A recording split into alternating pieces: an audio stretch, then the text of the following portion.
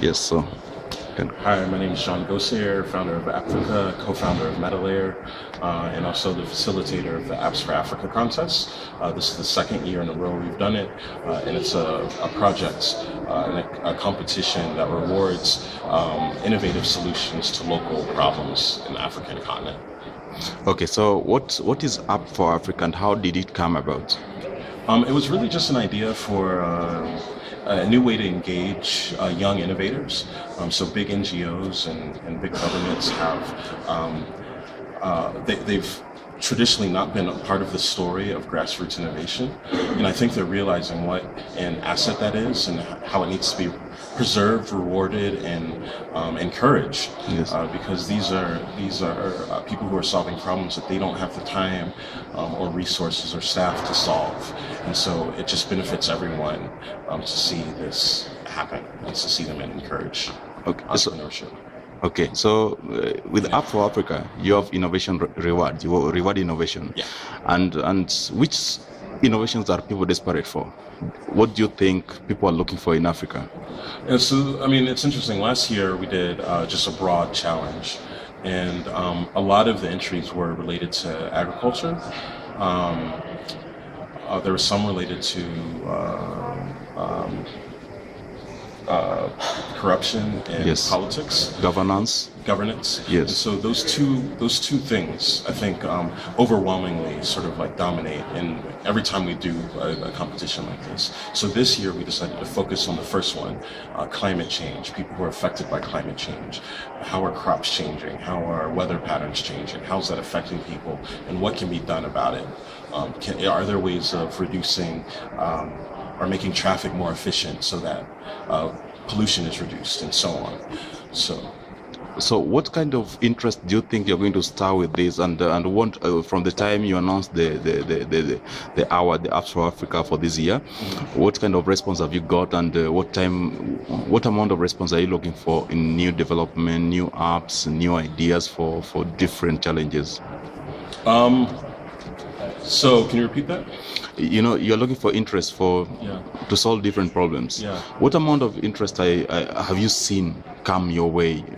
Application, okay. Apps submitted for the challenge. So there's a lot that are making use of open data sets. A lot of stuff around crowdsourcing, so Yes. people understand.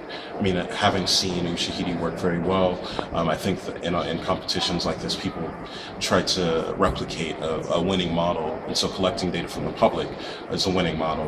So a lot of people are submitting crowdsourcing applications, open data, so having data sets that are available to any and all. That's another way to for them to find access to information. Closed data sets are harder, so like things that are proprietary, that are closed, that you have to go to organizations to get, aren't available. And then some people are just like creating data from devices, so trying to turn the phone into a device that can be tracked, that can be trying to utilize it as a device that can be tracked or leverage some of the other technologies that it provides. So it's really a broad mix, I guess is the short answer. Yeah. Okay. So now you've received some application, some apps submitted for the challenge. How unique are they?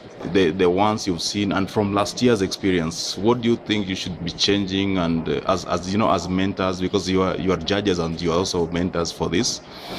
So I'm not a judge. No, yeah, but you'll have judges in App4Africa. Yeah. So what do you think that the judges will be looking at so that the people entering the challenge can know that this is what we should be submitting? The most basic thing is to actually try to solve a real problem. Yes. So they'll review ideas, they'll review technology, like software, they'll review more theoretical things, but as long as the primary thing is like a problem statement, this is the problem, and here's how we're trying to solve it, that's really what they're grading on. Yes. Technical sophistication factors in, but it's not the end-all be-all. You could win with just an idea.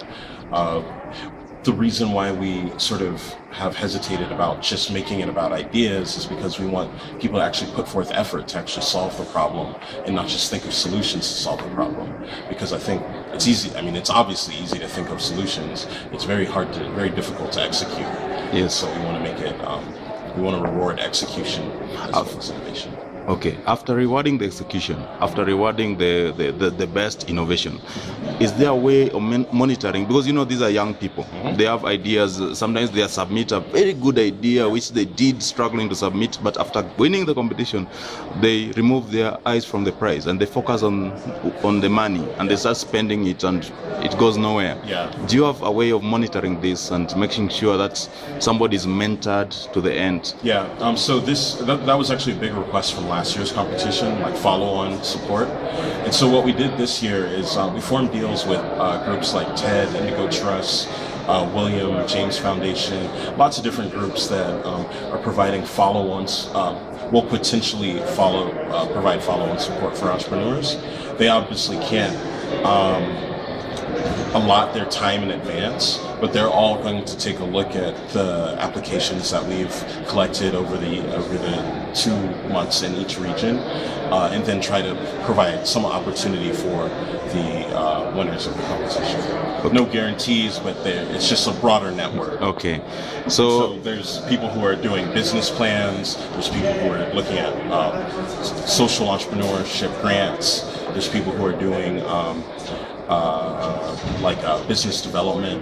So we've tried to get a wide selection of possible mentors for the winners. Okay, and you've seen a very nice response from the innovations. You've seen people submit apps. Yeah, I mean, so Southern Africa won't start until next year. Okay, but from East Africa. East Africa is always just like massive, right?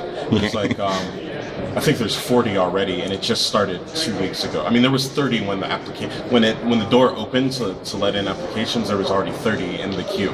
Yes. So people submitting early. So the time frame doesn't really matter so much. It's just the end date and when we're going to start doing events. Yes. And so that's why we have beginning and end dates, because we do have a hard end date when we announce the winners and allot prizes. But before that, we're actually going to each of these countries and doing events in the countries. And so that's when the start dates represent when the events started. Okay. In West Africa, we've seen the applications go up as we're doing more events. Okay. So there were quite a few before, not as many as East Africa, but there was definitely a response before the competition opened. And now, as we're doing more and more events, we're starting to see more people sign up.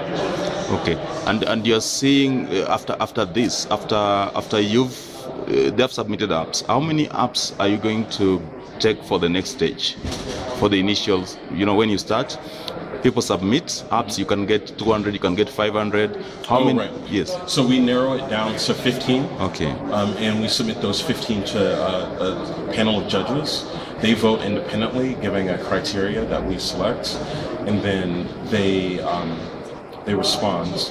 We add up all their scores, and then from the 15, we'll get 3 winners.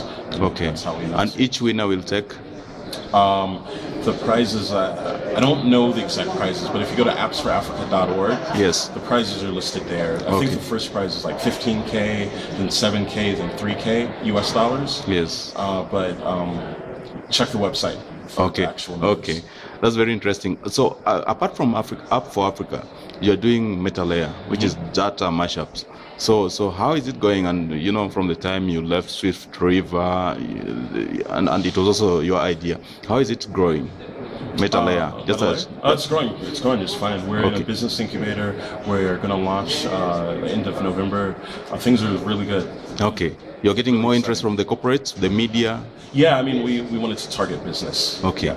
Great. Nice talking to you, John. Thanks. Okay.